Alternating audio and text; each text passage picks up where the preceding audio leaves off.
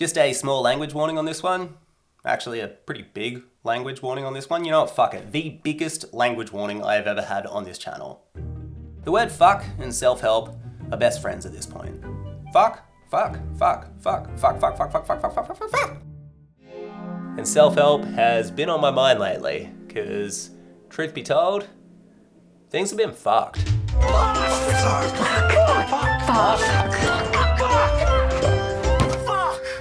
Huge thanks to Shopify for sponsoring this video, more on them later. About 2 months ago, I set myself and 11,000 other people a challenge. The alphabet superset. Make 26 things over 26 weeks, all around topics that start with a different letter of the alphabet. I chose to make documentaries. A was for aliens, B brands, C cults, D doom, E emojis, and F is for fucked. As in, I set out to make 26 documentaries in 26 weeks while also moving house overseas with a toddler and 2 dogs while changing both of my head meds and being in paperwork hell and also having a Crohn's flare. And they're all solvable small problems, but they all came at once and damn man, for a hot minute, I thought my life was fucked. Fucked. How to unfuck your life. Disclaimer, this is just what works for me. I'm not an expert, just some dude with a YouTube channel. But I have tried to articulate this and distill it into lessons as well as I can. Now say fuck. Let's start with a definition. What is a fucked and an unfucked life? A fucked life, imagine that you are buried in shit. Like literal shit. That is one big pile of shit. And you are there and you just want to breathe and you're like, ha ha ha ha ha, but all of the shit that just keeps dumping on you, it renders you unable to deal with the current shit. It's perpetual shit. So if that's a fucked life, let's extend this metaphor to describe an unfucked life. An unfucked life involves us dealing with that shit and theoretically using that shit, I don't know, as maybe some fertilizer to grow some herbs in a garden and stuff. You go from surviving to thriving. And yes, that rhyme is one more self-help trope. To illustrate this, I want to take you through 3 ways that the world responds or that we respond when things are fucked. You're gonna need to unfuck this. The first way is invalidation. You know, when you're like, my problems don't matter because somebody somewhere else is getting mauled by a bear. They would love to have my problems. The problem here is, rationally, it is true. The person who is being mauled by a bear is having a way worse day than me who is not being mauled by a bear. But just like you could drown in 7 feet or 20 feet of water, we're trying to shift our focus from the amount of water to the fact that we're drowning. The second response to things being fucked is resent. I've been in and out of seeing doctors and stuff for health reasons lately, and one of the things that you might hear is, well, this is just your body's way of telling you that you need some rest. And in my head I was just like, easy for you to say, you don't have deadlines renting a child. And for a moment, yeah, I indulged in that self-righteousness. Yeah, fuck this guy. But just as invalidation doesn't make things better, neither does resent. And the third way that we talk about life being fucked, that I would say is a bit fucked, is when we talk about it fatalistically. Oliver Burkeman, in his absolutely brilliant book, 4,000 Weeks, he goes into this in a little bit more detail. He talks about the idea of clearing the decks being flawed. Like, we're all Sisyphus, but instead of a boulder, we're just ticking items off a never-ending to-do list. And philosophically, this has a lot of merit. But in reality, I've never found life to be that simple. Some months, life gives you 40 boulders. In these moments, I need something a little bit more practical than just imagining Sisyphus happy. Sometimes clearing the decks is genuinely a really good strategy. In my experience, when life is fucked, a massive amount of unfucking comes through action. Sometimes it's hard to breathe and accept when all you have is shit. So what do you actually do? Last night I was uncertain, but this morning, Shrek! Oh, well, better out than in, I always say. Step 1.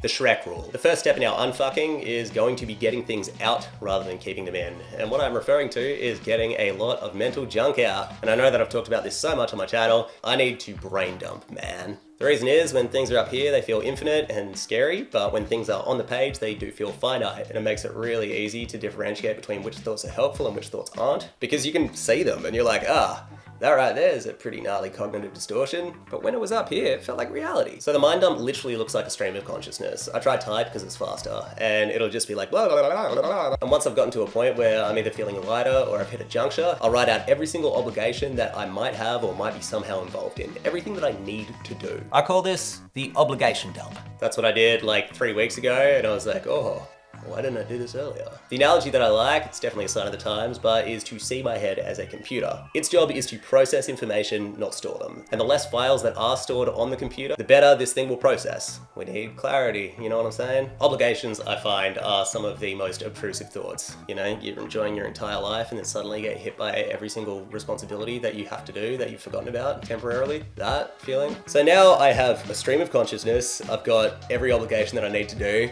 Here is where I get a little bit embarrassing. All right, I'm gonna do it. I made this decision this morning. I'm going to let you in on my cringe. Just do it, Campbell, just do it. And this is kind of like the first time that I've really done this. I wrote myself an aggressive pep talk. You had best unfuck yourself or I will unscrew your head and check down your neck! And this is what I wrote. I'm actually gonna read it out and frick it, let's double down on the corniness. Let's go black and white and let's go cheesy inspirational music. Your life is a mess right now. Cleaning this mess will suck. It's gonna be hard, but you're doing it because it will get better afterwards. But before you fast forward to comfort, remember that things will get worse before they get better. But they will get better faster than you think. Luck is not a factor, hope is not a strategy, fear is not an option. Yeah, that's what I did.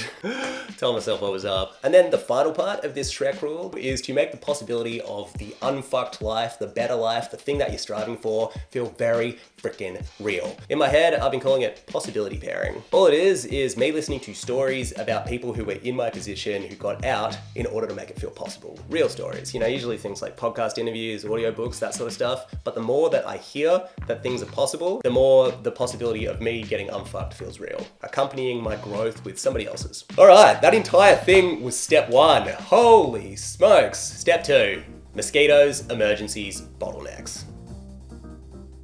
So you know how in step 1 we wrote out every single obligation? What we're gonna do now is assign tags to those obligations. Mosquitoes, emergencies, bottlenecks. Mosquitoes are things that I knew that I could do within less than 15 minutes. They were things that were just annoying, but for some reason I put them off. That's category 1. The second category was emergencies. Important things that needed to happen today. Some of these were really obvious, but to uncover the rest, I used this question. What on this list, if it's not done, would make everything else harder? And then the final tag that I applied to this list was bottlenecks. Bottleneck is any task that inhibits a whole bunch of other tasks from being done. Here I flipped the question. What on this list, if I did do, would make everything else easier? The whole point of this is to show you where your attention needs to be. So now we know what needs our attention and how much attention it requires. It's time for step 3. Push the smallest domino first. This for me was the biggest change in how I unfucked this particular fucked period of my life. In this particular period and in other more severe periods, I felt like I was so useless and so incapable of doing anything large that I just needed to get my confidence up. And that is where the mosquitoes come in. I started with the smallest and most doable task on my list. It was to write back to a message where I knew exactly what I had to say in that message. This took 2 minutes plus the 2 weeks of thinking about it. But the first domino got pushed. So mosquito, mosquito, mosquito, mosquito. This whole thing, I kind of dedicated like 90 minutes to doing all of these tiny tasks. And lo and behold, I had less tasks to do afterwards. I know, that blew my mind in a way that is so embarrassing. I don't know how I got to 32 without realizing that to conceptualize tasks as when they're done, there's one less thing to do. Shouldn't have blown my mind, but it did, man. Anyway, 90 minutes later, I've got like 10 tasks that I no longer have to do, 10 tasks that have been annoying me. And then I see this one and I was like, that is the mother of all mosquitoes. That is where the momentum is. But before we get to that, let's talk about a bunch of tiny tasks I don't have to do. Yeah, we're talking about Shopify, the sponsor of this video. And if you're creative, if you're business-minded, if you can see the holidays in the horizon and you're like, I would love to sell my art, or I don't know, maybe make pottery or whatever it is. If the idea of having your own shop gets you excited, then this is a message for you. Now, elephant in the room, are these just more tasks to dump on? No, that's actually why I wanted Shopify to sponsor this one, because when I switched to Shopify, they got rid of so many tasks. So Shopify, e-commerce platform, powers millions of entrepreneurs, including me. My shop on Shopify is struthless.com. This is where I sell like shirts, prints, more shirts, heaps of stuff. But I didn't always sell on Shopify. I used to have a different platform and it required a lot more work from me. But switching not only increased my sales, but the amount of plugins and resources meant that things that I was previously doing manually were now automatic. And I was like, oh, that's nice. If you are thinking about it and it is something that you want to try, well, Shopify, through this channel, they've got this special freaking link, dude. Yeah, shopify.com/struthless. You can click that. The link is in the description. Setting up a shop, you don't need to know any code or anything. It's like a less than a day thing and it can make a bunch of money. If it's for you, it's for you. If it's not, it's not. But in any case, I use them and I love that they support this channel. So shopify.com/struthless if you're curious.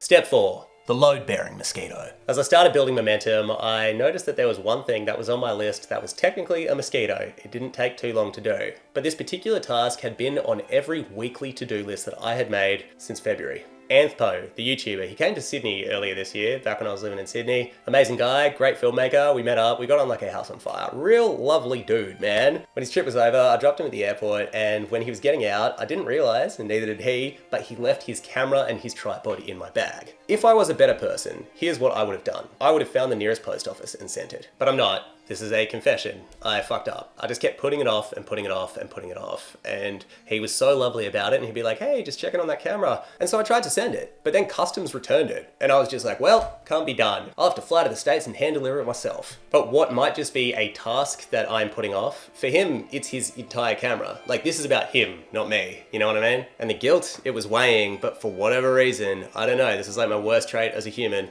I just didn't do it. Until this fucking month. Yes, I did it. Initially, I felt like tremendous shame and guilt, and Anthpo, if you're watching, I am so sorry. You're an amazing guy. But then I felt the switch. I'd found the load-bearing mosquito. I could feel it within myself that I had created tangible evidence that I was not a fuck-up, that I could unfuck things. And that is where the momentum began. Finally, from mosquitoes to emergencies to bottlenecks. I felt like I'd built myself up to deal with some of the emergencies. From there, the momentum built up until I could start dealing with bottlenecks. And I was like, whoa, that's pretty cool. It's obviously still a work in progress, but labeling the tasks and then doing the domino thing, it's really helped me a lot. Step 6, from bottlenecks to breathing. So you know earlier, the metaphor, how could we forget? The one where we were all buried in shit. And how the dream, the hope was that we would unbury ourselves and then start using some of that shit as fertilizer to grow a garden. That's what this step is about. Making actual change. For this, I examined 3 things. Goals and plans, habits and routines, reframing. So goals and plans, I've still got the same goals, but my plan has changed a little bit. For example, the alphabet superset, I have changed the timeline just a little bit. Nothing too much, but I have made it slightly easier on myself. Just, I don't know, go with the flow. Then there are habits and routines. For a lot of my life, I was very resistant to routines. I don't know why, I just thought that they were the devil, and if I got myself in any sort of consistency, my life would lose all joy. But what's life if you don't change, right?